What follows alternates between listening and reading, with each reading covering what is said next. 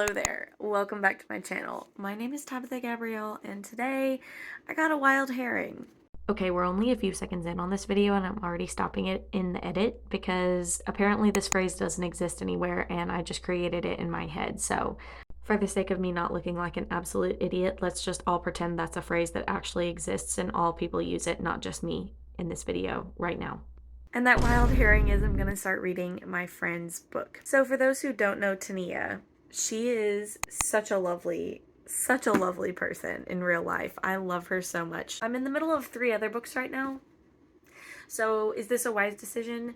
No, probably not. But you know, here we are. And we're just here for the vibes and the good times. The first few times that I met Tania, I was not saying her first name right. I would call her Tania and Tania and literally everything else. So Tania, please forgive me. I'm so sorry. I'm going to start reading A Realm of Rebels.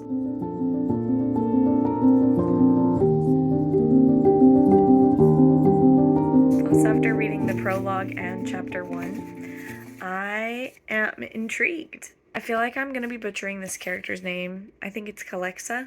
Also, I got a signed copy from Tania, and it also included this fun little bookmark. And then I also love the character art on the page. Here, I'll just show you. Okay, so this is what the book looks like. And then she signed it. So cute. There's this pretty map. I love this. This is a really nice design. And then this is what the bookmark looks like. This is where I'm at. So we have her first name on this side and her last name on this side. Also, ignore my nails. I just took off my fake ones today, and so they look a little rough. Hopefully, as this video progresses, they get better looking. But yeah, so far so good. I'm very intrigued. I love the king's name. His name is Christopher, like Christopher, but with a T. And then the older sister's name, Nistia, hang on. Her older sister's name is Nistiri, and I love that. And again, hopefully I'm saying that right. Nistiri? I think it's pretty. So yeah, my hopes are high. I'm going to keep reading and see what happens.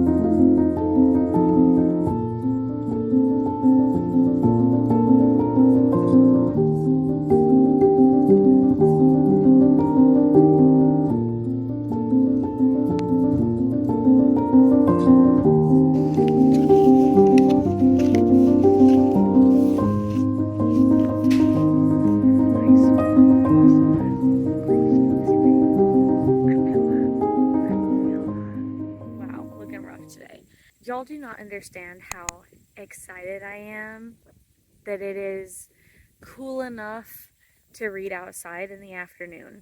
It is still on the warm side, but the fact that it's not like you step outside and you're immediately in a sauna weather just makes me happy. So I come to you in a very good mood today.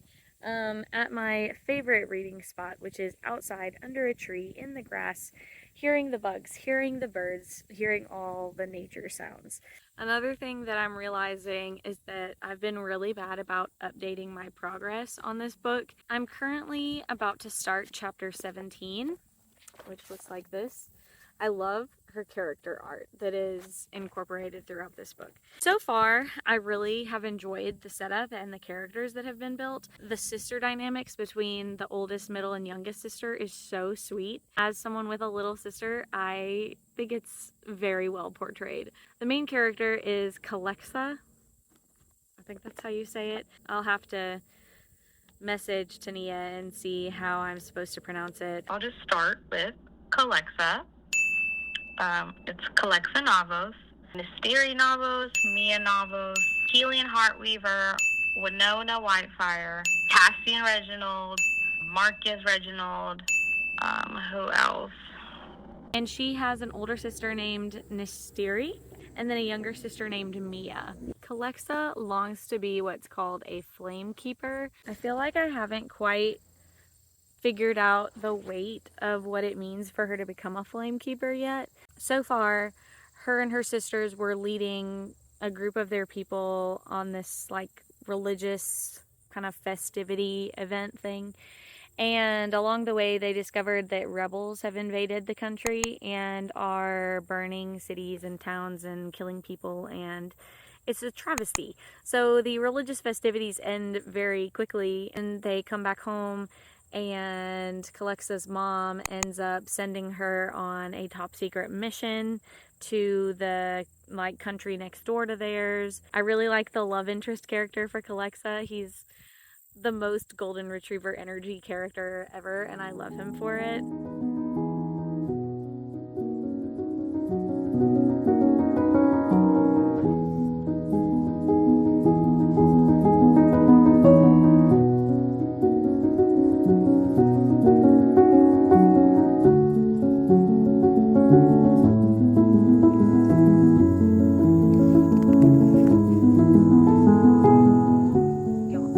If something bad happens to Mia, I will not be okay. I'm a little concerned because she's being painted as such a lovable character, and she's the littlest sister and is just a ray of sunshine, and it's always those characters where I'm like,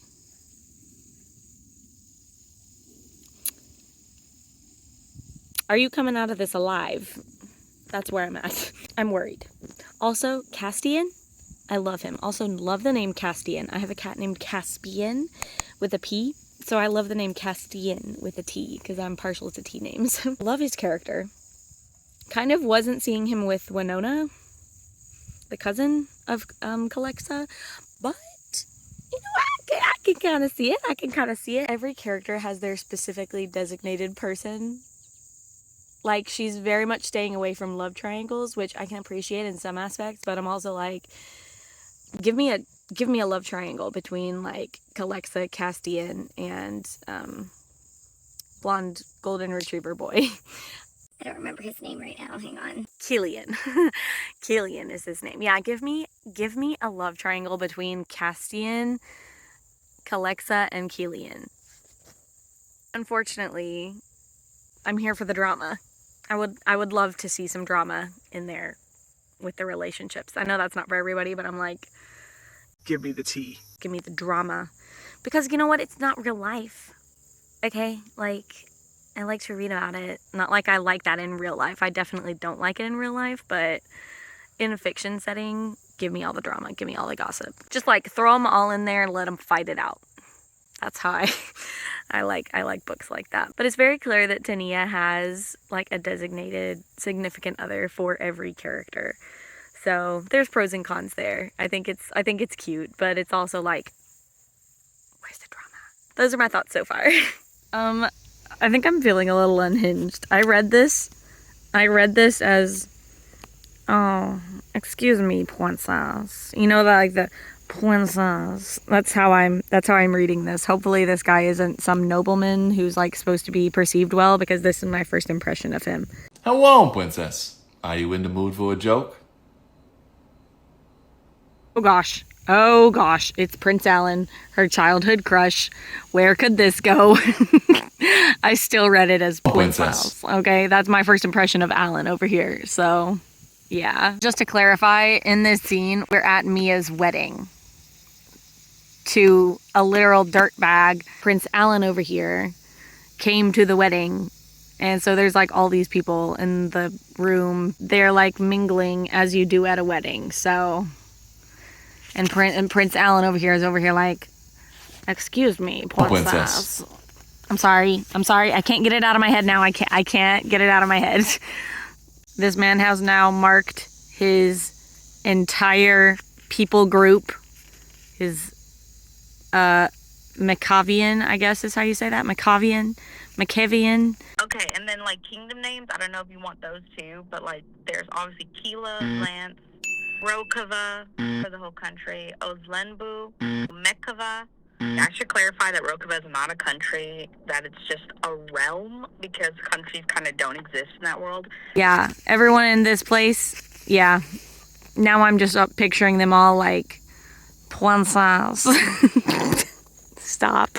Tania, I'm sorry. Please don't hate me.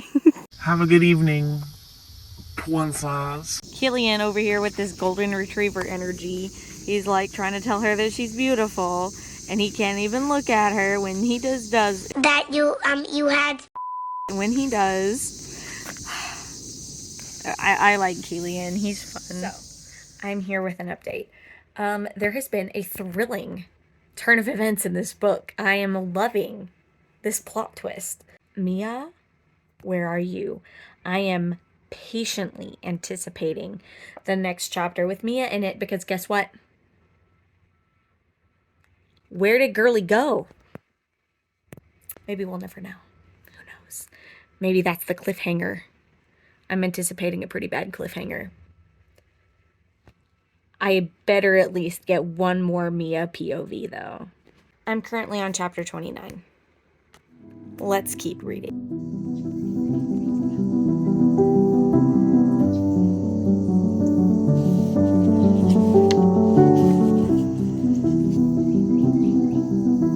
Okay, please excuse the way I look, but I am almost done. I've got like less than 30 pages to go.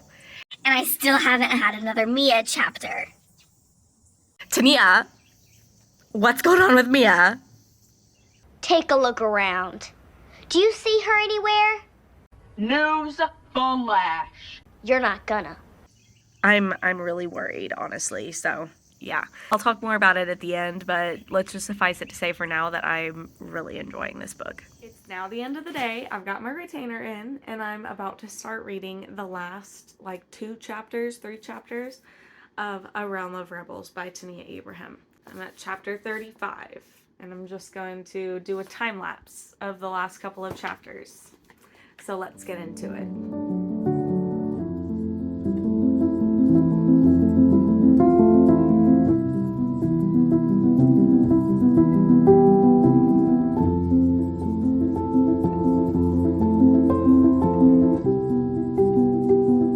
So I fell asleep during the time lapse.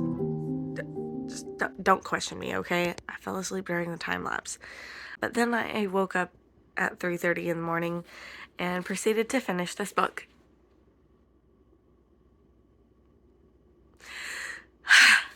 I should have waited until you wrote the second book, Tania, because guess what? Now, I don't know what to do with myself. That was really good. You can best bet I will be one of the first people to read the second book when it comes out. That's all I have for now.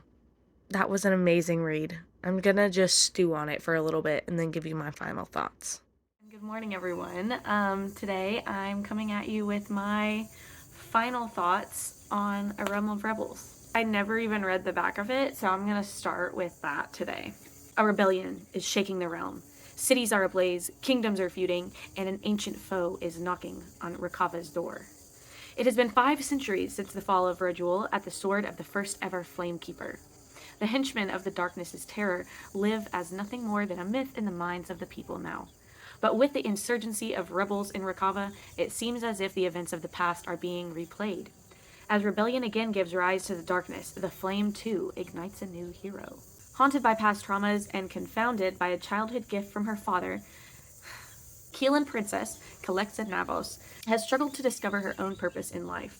She yearns for an escape to uncover her true destiny and is prepared to leave behind everything she's ever known to do so. But when her calling has other plans, Calexa finds herself on a journey that embraces the very things she desired to avoid. With the security of her kingdom and the neighboring kingdom of Lance hanging in the balance, the princess embarks on an entrusted mission that could alter her life forever. Will she be able to push past her fears and do what must be done, or will rebellion reign? First of all, let me start with, I would recommend this book to any age, any level, with full confidence. There is no spice.